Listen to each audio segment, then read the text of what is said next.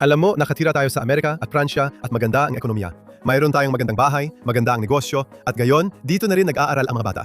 At ang akala ng lahat, dito na ang magiging kinabukasan nila. Pero kapag sinuri mo ng mabuti, naiintindihan ng mga tao na hindi ito ang lugar para sa iyong kinabukasan.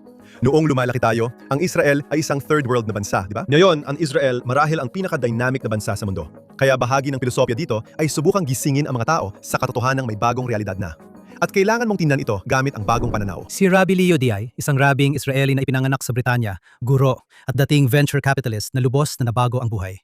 Nang ang kanyang asawa, si Lucy, at ang kanyang mga anak na babae na sina Maya at Rina ay pinaslang sa isang teroristang pag-atake sa Jordan Valley noong Abril 2023. Mula noon, naging isa siyang kinikilalang boses sa buong mundo pagdating sa katatagan, pananampalataya at Sionismo. Inialay ni Rabbi D ang isang bagong libro, The Business Case for Israel, Can You Afford Not to Be There? Sa kanyang bagong asawa na si Elisa. Dito, ginagamit niya ang mga paraan ng pagsusuri ng isang mamumuhunan upang ipaliwanag na ang Israel ay isa sa pinakamalalakas na pangmatagalang pamumuhunan sa mundo, hindi lang sa ekonomiya, kundi pati sa moralidad, estratehiya at espiritualidad. Maligayang pagdating sa JNS News Hub, Rav ID. Salamat, Steve. Ano ang nagtulak sa iyo para isulat ang napakagandang librong ito? Kaya pagkatapos ng trahedya namin, nang sumiklab ang digmaan, makalipas ang 6 na buwan, ilang mga komunidad sa Amerika at sa iba't ibang panig ng mundo ang nag-imbita sa akin na magsalita. Siguro, para bigyan sila ng lakas sa gitna ng mga pangyayari. Kaya't naglalakbay ako at nagsasalita tungkol sa aking kwento. Pero pati na rin tungkol sa kwento ng Israel mula noong ika-7 ng Oktubre. At pagkatapos ko magsalita ng maraming beses, naisip ko na baka dapat ko itong isulat. At doon talaga nagsimula ang librong iyon. Ikinuwento mo sa panimula ang isang karanasan mo sa French Metro. Sasabihin ko sa iyo ang totoo Steve, kaya kami ni Elise ay dumaan sa Paris ng isang araw, pauwi mula sa isa sa mga biyahe namin sa Amerika. Pareho kaming may mga alaala mula 20 taon na ang nakalipas ng masasarap na French kosher na pagkain. Kaya nagpareserba kami sa pinakamagandang kainan ng karne sa gabi at sa pinakamagandang croissant sa umaga. At ang natagpuan namin ay ang pinakamasasamang pagkain na natikman namin sa loob ng napakaraming taon. At napantanto namin na sa sarili naming bayan, sa Euphrat, mas makakakuha pa kami ng mas masarap na croissant at mas masarap na pagkaing Pranses. At sobrang galit ko na nung umagang iyon matapos kumain ng napakapangit na almusal. Nakatayo ako noon sa Jewish Quarter sa may metro at may isang lalaki sa tabi ko na may suot na sombrero dahil, syempre, hindi ka pwedeng magsuot ng kipa sa Pransya. Tinanong ko siya, marunong ka bang mag-Hebreo? Sabi niya, oo. Sabi ko, alam mo, bakit ka nakatira dito? At nauwi iyon sa isang pag-usap kung saan sinabi niya, tingnan mo, Pranses ako. Marunong ako mag-Pranses. Dito kami nagtatrabaho. Sabi ko, pinipili mong manirahan sa isang hindi ka nais-nais na lugar. Pinalalaki mo ang mga anak mo dito kung saan kailangan mong itago ang iyong pagkakakilanlan. Sabi ko, meron kang pinakamagandang bansa sa mundo sa Israel kung saan pwede mong palakihin ang mga anak mo ng malaya bilang mga Hudyo na may pinakamagandang kultura at pinipili mong manatili dito. At sa kasamaan palad, huminto ang tren. Bumaba ako at naiwan siyang nakanganga. Kaya pagkatapos ng karanasang iyon, naramdaman kong dapat ako magsulat ng isang bagay. At bahagi rin ito ay inialay ko kay Eli. At siguro kapag may isalin ito sa Pranses, baka basahin din niya ito. Ibig kong sabihin, ikaw ay isang rabbi sa propesyon, talaga. Pero paano mo pinagsasabay yon sa biglang pagtingin sa Israel at sa sitwasyon ng mundo ngayon mula sa isang pang-ekonomiyang estratehikong pananaw? Kaya, Steve, ang totoo ay isa akong Bolti-Chuva.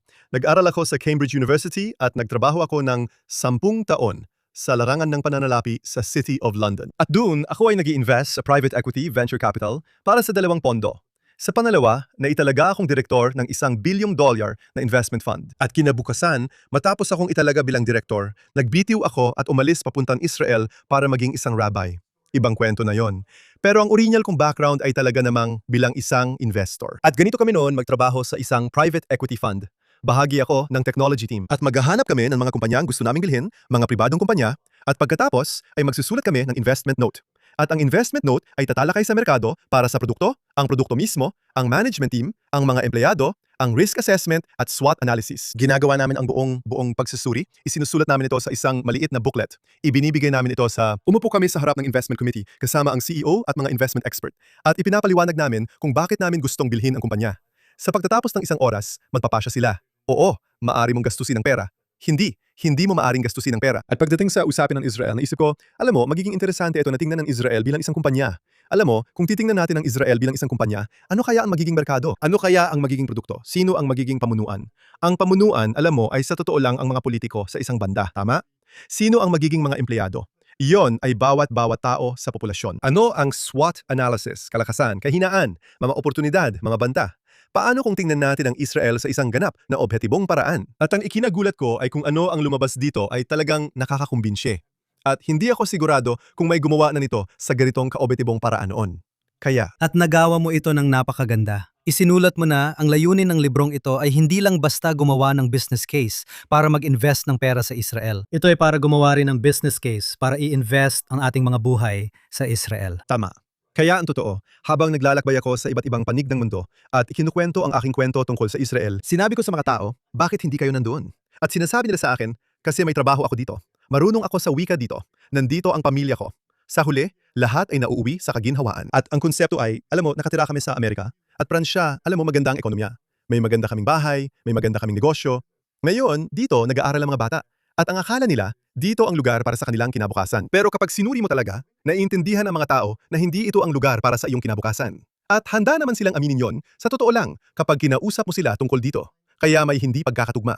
Sa tingin ko, nanggagaling ito sa katotohanan noong lumalaki tayo. Ang Israel ay isang third world na bansa, di ba? Ngayon, ang Israel ay marahil ang pinaka-dynamic na bansa sa buong mundo. Pero ang pag-iisip natin ay parang nasa dekada 80 o dekada 90 pa rin kung saan lilipad ka papunta sa kung ano na ngayon ang Terminal 1 ng Ben Gurion na noon ay talagang nasa gitna ng disyerto at maglalakad ka sa buhangin. Para lang makarating, alam mo na, sa isang talagang napakapangit na terminal.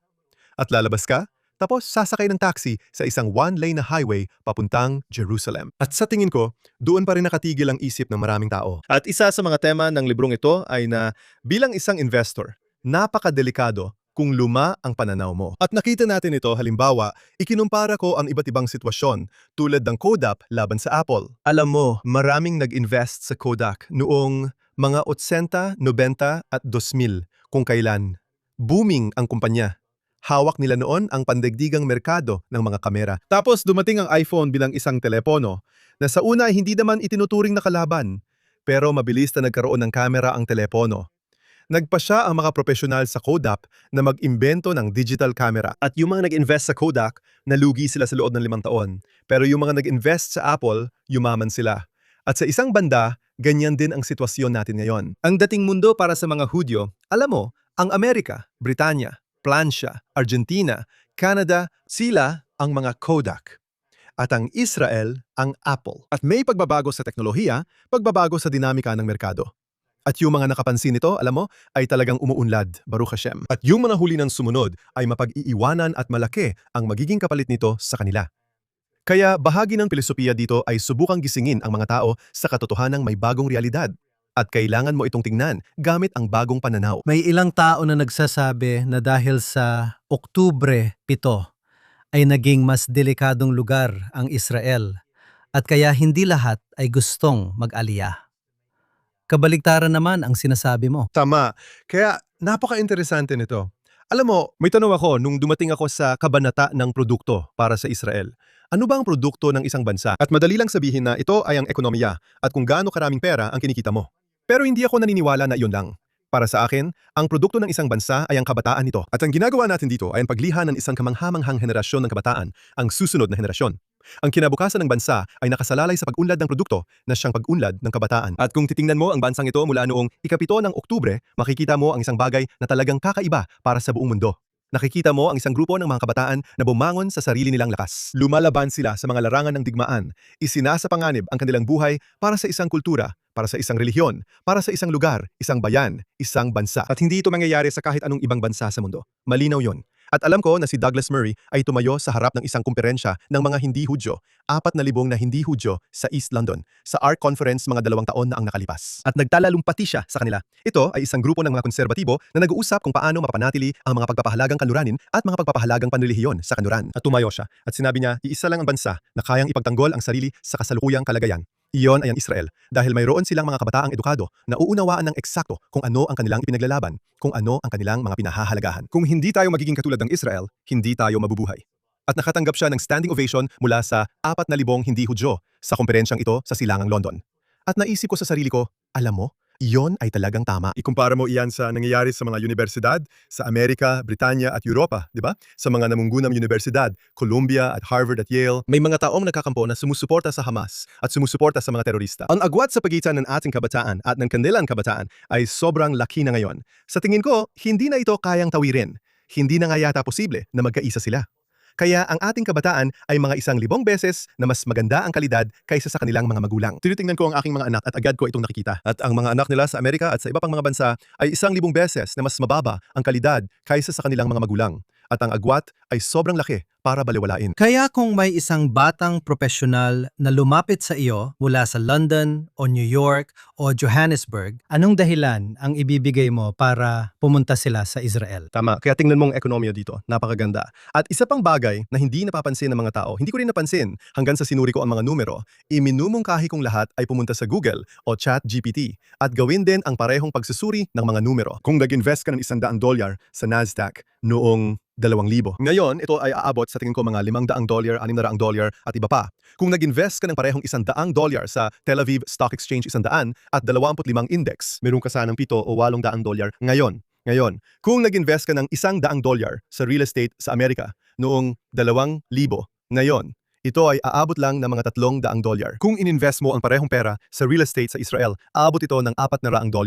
At alam mo, ito ay exponential na paglago. Sa totoo lang, alam mo, maaari mukhang maliit na pagkakaiba lang ito, pero ito ang nangyayari sa nakaraang 26 na taon. At sa totoo lang, nagpapatuloy ang trend na ito at talagang lumalago ito ng exponential. Kaya, Ibig ko sabihin, binanggit mo rin at naisip ko ang interesante ito na noong 1939, wala pang 1% ng mga Hudyo sa mundo ang naninirahan sa lupain ng Israel. Pagsapit ng 2026, mahigit kalahati ng mga Hudyo sa buong mundo ay nakatira na rito. At ang tanong ay, sa pagtaas ng antisemitismo sa buong mundo, lalo na mula noong ika-7 ng Oktubre, bakit hindi pa mas maraming Hudyo ang lumilipat at naninirahan dito? At bakit may ilang Israeli ang umaalis? sa totoo lang, narating na natin ang tipping point. Alam mo, sa halaka, sinasabi natin na rubo kakulo, na kapag umabot ka na sa kalahati, yun na talaga ang 100%. At ang nangyayari, kapag umabot ka na sa 50%, doon na nagsisimulang bumilis ang mga pangyayari. Sa tingin ko, ang nangyari nung ika-7 ng Oktubre ay marahil ang araw na naabot natin ang mga 50% ng mga Hudyo sa Israel. At sa madaling salita, may mga pagbabagong nangyari sa macrosphere na nilikha ng Diyos na nagparealize sa lahat na dito talaga dapat. At ang mga antisemitiko ay lumantad at biglang nagsimulang usigin ang mga Hudyo sa buong mundo. At nagsimulang manalo ang Israel sa bawat labanan, tinalo ang Hamas at Hezbollah at Iran at Syria at Lebanon at Yemen. At biglang nagbago ang lahat. Kaya nakita natin ang isang ganap na pagbabago. Ang isa pang bagay na dapat tandaan, Steve, ay ang demografiya dito ay talagang kakaiba. At sa tingin ko, hindi ito sapat na nababanggit. Siguro, nababanggit ito ng mga anti-Semitiko, pero bilang mga Hudyo, hindi natin ito sinasabi. Isa lang ang bansang kanluranin na may pagtaas sa birth rate, pagtaas ng populasyon ng natural, at iyon ay Israel. Mayroon tayong 3 sanggol kada ina sa karaniwan sa Israel. Ang natitirang bahagi ng kanluran ay kadalasan ay mas mababa sa 1.5.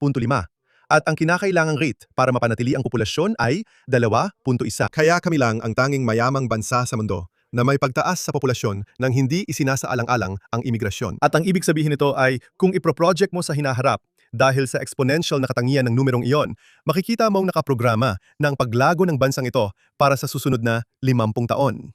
Hulaan mo kung ano ang sigurado. Pero kung isa kang bansa na bumababa ang populasyon ng mga taong ipinanganak doon at nagdadala ka ng mga imigrante mula sa mga mahihirap na bansa, na siyang ginagawa ng karamihan sa mga kanluraning bansa, binabawasan mo ang yaman ng bansa. Alam mo, sa maraming bahagi ng Britanya at Europa, makikita mo na maraming mga imigrante ang umaasa sa tulong ng gobyerno.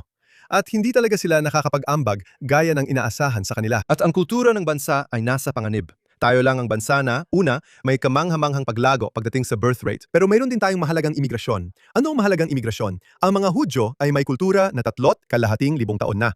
Nabuhay kami sa diaspora, sa pagkatapon, sa loob ng 2,000 taon. Sa loob ng 2,000 taon na yon, natutunan naming maging mga Hudyo na sa madaling salita ay Israel sa pagkatapon. Ang Israel ay nasa pagkatapon. At ngayon, bawat Hudyo ay nanggagaling mula sa Amerika, Pransya, mula sa Canada, mula sa Argentina, ay dumarating na handang maging isang Israeli. Taglay na nila ang buong kultura. Karamihan sa kanila ay may alam na sa wika at taglay nila ang mga pagpapahalaga. Kaya agad silang nakakaangkop. At masasabi ko ito para sa sarili ko at para sa marami sa aking mga kapitbahay sa Efrat. Ang mga tao ay nagiging kamangha-mangha at mahalagang mamamayan ng bansang ito ng napakabilis. At alam mo, walang ibang bansa sa mundo na may ganito. na may mga taong nasa pagkatapon sa iba't ibang panig ng mundo na bumabalik sa kanilang tahanan at nagdadagdag sa mga pagpapahalaga at lakas ng bansa. Paano mo ipapaliwanag ang fenomena ng Startup Nation at kung paano ang lupang ito ng paglikha ay naging bansare ng inobasyon at pag-iisip na lampas sa nakasanayan? Kaya nung sabihin ko sa iyo, Steve, bilang isang venture capitalist, nakita ko ang napakaraming iba't ibang ideya habang nakaupo sa London at may mga negosyanteng lumalapit na may magagandang kakaibang ideya para sa lahat ng posibleng merkado na maiisip mo. At ang ilan ay pinopondohan namin, ang iba naman ay hindi. At kung hindi namin pinondohan, may ibang magpopondo niyan. Pero marami sa mga ideyang iyon ay hindi talaga produktibo o mahalaga.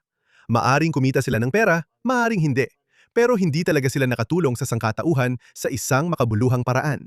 Israel, dahil sa sobrang dami ng mga bansa sa mundo na galit sa atin. Kapag gumagawa kami ng isang bagay, alam namin na kailangan itong maging napakahusay, kailangan itong maging pinakamataas ang kalidad, at kailangan ito ng mga tao. Wala kaming pagpipilian na gumawa lang ng isang bagay na magandang meron pero hindi kailangan. Lahat dito ay kailangan talaga. At ibig sabihin nito, kapag dumating ka sa isang pandaigdigang krisis na nararanasan natin ngayon, may umiiral na digmaang pandaigdig, posibleng pagbagsak ng mga stock market dahil sa sobrang taas ng halaga ng AI at iba pa. Ang pinakamatatag na ekonomiya sa mundo ay ang Israel dahil ang mga ginagawa namin dito ay talagang napakahalaga.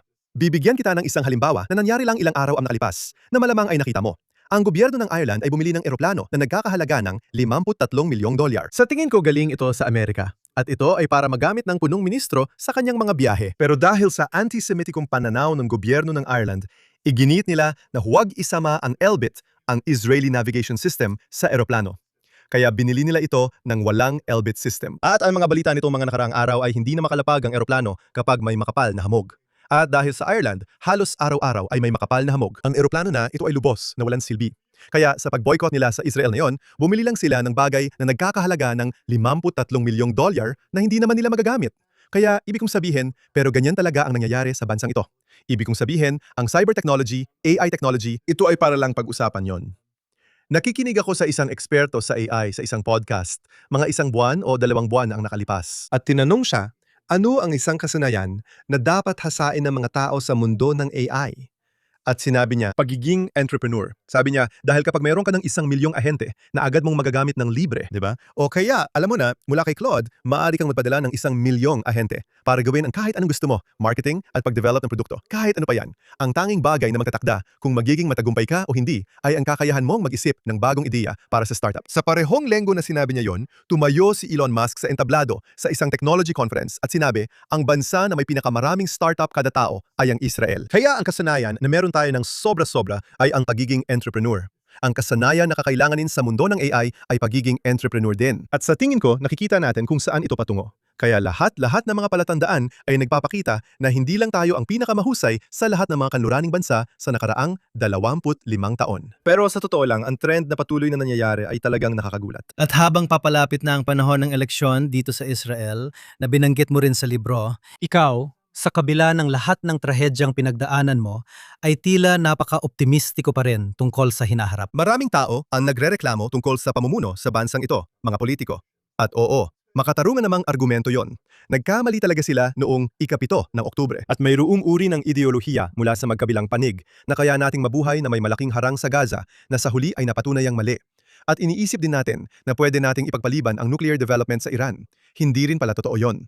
Kaya marami talaga silang pagkakamali. Pero sa totoo lang, ang dapat pag-isipan ng mga tao ay kung paano umuunlad ang bansang ito kahit na ganito ang pamumuno. Sa tingin ko, napakahalagang sukatan yon. Dahil kung titingnan mo ang Meta, kaya ito ang Facebook na pinapatakbo ni Mark Zuckerberg. Si Mark Zuckerberg, sa tingin ko mga 5 taon na ang nakalipas, naglunsad ng ideya na inisip ng lahat na talagang kabaliwan, na lumikha ng isang metaverse, kung saan ang mga tao ay maglalakad-lakad na may suot na goggles, virtual reality goggles, at ang buong mundo ay mababago. At gagawin mo ang iyong pamimili at makikipagkita ka sa iyong kasintahan at lahat ng bagay sa Facebook. Hindi mo na kailangang lumabas ng bahay mo. At nakalikom siya sa tingin ko ng $10 bilyong para mamuhunan sa proyektong ito na inisit ng karamihan na kabaliwan. Bumagsak ang presyo ng shares nang makita ng mga tao na hindi ito natutupad. At sa kabila niyon, nang nagsimulang lumitaw ang AI, lumabas na meron na siyang $10 bilyong na nalikom na niya. At bigla niyang binago ang kanyang estratehiya sa pag-invest sa AI. At dahil doon, tumaas ng sobra ang presyo ng shares. Kaya nakikita natin na minsan, kahit ang pinakamasamang pamamahala ay nauwi sa paggawa ng mga bagay na sobrang mahalaga. Siguro nga para sa maling dahilan. Sa tingin ko, kung titingnan mo ang bansang ito, makikita mo ang nakakagulat at tagumpay, madalas kahit pa sa kabila ng pamumuno. At iyon ay dahil napakatatag ng mga tao. At nakita natin ulit iyon noong ikapito ng Oktubre. Nakita natin na nabigo ang hukbo na protektahan ng ating mga sibilyan noong ikapito ng Oktubre, pero ang mga voluntaryo ay itinigil ang lahat ng ginagawa nila noong Shabat na iyon. At naalala ko at nagmaneho sila papunta sa mga komunidad sa paligid ng Gaza at isinugan nila ang kanilang buhay sa pakikipaglaban at iniligtas nila ang Israel. Kaya alam mo at pagkatapos ng mga linggo, nagdala ang mga tao ng pagkain sa mga sundalo sa mga linya ng labanan sa Lebanon at sa Gaza. Walang pagkain, walang damit, walang helmet, walang bulletproof vest. At ang mga Hudyo ay agad na kumilos at nagbigay ng mga iyon. Kaya sa isang banda, ang masamang pamamalakad na meron tayo sa bansang ito at nanunit ang tagumpay na iyon ang nagpapatunay na mas matatag talaga ang bansa kaysa sa iba pang lugar. At gusto kong balikan sa huli ang katotohanang isa kang rabbi at madalas kang magsalita tungkol sa Tanakh, ang Biblia, sa bandang dulo ng libro. At iniuugat mo ang buong filosofiya mo sa Biblia. Paano mo ipapaliwanag mula sa biblical, theological at spiritual na pananaw kung bakit napakakatuwiran ng iyong tesis? Tama. Kaya sa tingin ko, kung titingnan mo ang Biblia, magaling tayong mga nasa diaspora na pagtakpan o palabnawin kung ano talaga ang sinasabi nito. Ako ay naging rabbi sa loob ng 6 na taon sa Inglaterra at inaamin kong kasing sala rin ako ng iba. Kapag dumarating kami sa parsya ng Shavua, ang lingguhan bahagi ng Torah, pinabasa namin ito, nagbibigay ako ng sermon. Palaging tungkol sa pagmamahal sa kapwa ang sermon, alam mo na, at pipili ako ng magandang talata mula sa bahagi at palalawakin ito kung paano tayo magiging mas mabuting tao sa ating buhay. At ayos lang iyon, masaya ang lahat. Umalis na ako. At doon ko lang napagtanto nang makarating ako sa Israel pagkatapos noon. At iyon ay noong 2014 na hindi yon ang mensahe ng Torah. Iyon ay talagang sheker. Parang hindi naman ito kasinungalingan, pero medyo nakalilito ito dahil ang Torah ay isang aklat tungkol sa isang bayan na bumagsak sa pinakamababang antas ng kahihiyan sa Ehipto at pagkatapos ay lumabas mula sa Ehipto at umuwi. At ang Diyos ang nagdadala sa atin pauwi sa Israel. At pagkatapos ay sasabihin mo, sige, paano naman ang mga propeta? Ang mga propeta, alam mo lahat ng sinasabi nila ay tungkol sa kung paano tayo makakauwi at kung bakit tayo pinalayas at kung paano tayo muling makakauwi. Tama. At pagkatapos tingnan mo pa sa mga kasulatan, di ba? Tingnan mo ang aklat ni Ruth at tungkol lahat yon sa kanyang pag-uwi. At marami pang ibang halimbawa sa mga awit at sa mga kawikaan at iba pa. At nakikita natin na paulit-ulit na lumalabas ang parehong tema. Sinasabi sa atin ng Biblia na kailangang umuwi ang mga Hudyo. At napakadaling hindi mapansin iyon dahil tinitingnan natin ang isang particular na salita dito, isang particular na salita doon. Pero kung titingnan mo ang buong aklat bilang isang buo, malinaw na ang mensahe ay ang mga Hudyo ay nabibilang sa Israel. Yon ang ating tahanan. Sa totoo lang, tayo ang mga Israeli na nasa pagkatapon. Nakalimutan natin yon sa loob ng 2,000 taon. Pero ngayon ay nakauwi na tayo. At ngayon, karamihan sa atin ay narito na. Ito talaga ang simula ng panahon ng pagtubos. At nakikita natin ito kahit saan. Nakikita natin ang paglaganap ng antisemitismo sa buong mundo. Pero sinasabi nito sa mga tao na umuwi. Sinasabi sa mga Hudyo na umuwi. At nakikita natin ang napakalaking tagumpay na namumukadkad dito sa lahat ng ginagawa natin ngayon. Na isa na namang palatandaan mula sa langit na talagang nararapat tayong narito. At iyan talaga ang mensahe sa iyong aklat. Well, nakakatuwa. Ang aklat, gaya ng sinabi ko, sinubukan kong isulat ito ng objektibo hanggat maaari. At makikita mo roon ang maraming mga graph. May isa akong sasabihin na siyang sinimulan ko, isa sa mga graph na ipinakita ko sa simula o isang chart na nagpapakita kung saan napunta ang mga Hudyo sa nakalipas sa 3,500 taon. At talagang nakakatuwa, hindi ko alam kung naisip na ng mga tao sa ganitong paraan, pero 3,500 taon na ang nakalipas, 100% ng mga Hudyo ay nasa Ehipto. Malenaw, doon tayo naging mga alipin. Mga 2,500 taon na ang nakalipas, karamihan sa mga Hudyo ay nasa Babylonia, noong ito ang makapangyarihan sa mundo. Pagkatapos sa Imperyong Romano, 2,000 taon na ang nakalipas, karamihan sa mga Hudyo ay nasa Imperyong Romano. At pagkatapos sa Espanya, marami sa mga Hudyo, 30 hanggang 40% ng mga Hudyo ay nasa Imperyong Kastila, noong ito ang nanghinibabaw na puwersa sa mundo. Pagkatapos sa Amerika, noong dekada 50 at 60. Karamihan sa mga Hudyo sa mundo ay nasa Amerika. Pero ngayon, karamihan sa mga Hudyo ay nasa Israel. At tinatanong ko, at hindi ko naman kailangang magbigay ng sagot, pero gusto kong pag-isipan ito ng mambabasa. Dahil ba sa mga Hudyo, kaya naging superpower ang mga bansa nito? O dahil ba superpower na ang mga bansang yon, kaya naakitang mga Hudyo na pumunta at manirahan doon? At sa tingin ko, madali lang tingnan ito mula sa alinmang perspektibo. Sigurado akong halo ang katotohanan. Pero kung titingnan mo ang Amerika ngayon, pumunta ba ang mga Hudyo sa Amerika? Dahil ito ang lupang hitik sa ginto. O kapag tiningnan mo ang 10 pinakamayayamang tao sa Amerika, mga bilyonaryo, at makikita mong karamihan sa kanila ay mga Hudyo. Mahirap hindi sabihin na marahil-marahil ang mga Hudyo ay talagang lumilikha rin ng yaman doon. Kaya anong ibig sabihin nito ngayon na karamihan ng mga Hudyo ay nasa Israel na? Ibig bang sabihin nito na ang Israel ang magiging bagong superpower sa susunod na 20 taon? At sa tingin ko, iiwan ko na lang yon sa mambabasa para pag-isipan. Pero malinaw na iyon ay isang bagay na dapat pag-isipan. Kaya ano ang huling mensahe mo para sa ating mga manonood sa JNS? Tingnan mo, 50% ng mga Hudyo ay narito na ngayon. Sa loob ng 20 taon, magiging 60% na ito. Sa loob ng 50 taon, aabot ito ng mga 80%. At hindi pa kasama dyan ang malaking aliyah. Yan ay base lang sa paglago ng populasyon na siyang nangyayari hanggang ngayon. Walang kinabukasan para sa inyong mga anak o apo sa diaspora. Palaki ng palaki ang bilang ng mga kabataan na pumupunta rito para maghanap ng mapapangasawa. At magpapatuloy lang ang trend na yan. Habang tumatagal, lalo lang itong nagiging mahal. Sobrang taas na ng presyo ng mga ari-arian dito. Lalong lumalakas ang shekel laban sa dolyar, gaya ng alam ng lahat, mga 20% sa nakaraan 6 na buwan. At magpapatuloy din ang trend na yan. Kaya alam nyo mga tao, nasabi ko na ito, parang nakakatakot pakinggan nung una ko itong sinabi, mga 3 taon nang nakalipas. Sabi ko, nakikita ko ang panahon na may magbebenta ng mansion sa Manhattan at halos studio apartment lang sa Beersheba ang kaya niyang bilhin. At sa tingin ko, makikita natin ang mga panahong yon sa lalong madaling panahon. Kaya sa palagay ko, para sa mga nag-iisip na lumipat dito, para sa kanilang sarili, sa kanilang mga ari-arian, at para sa kanilang pamilya at kinabukasan, huwag na nilang patagalin pa dahil sa totoo lang, hindi pabor sa inyo ang mga nangyayaring pagbabago kung kayo ay nakatira sa labas ng Israel. Rabbi Leo D., maraming salamat sa pagsama sa amin dito sa JNS Studio. Salamat, Steve.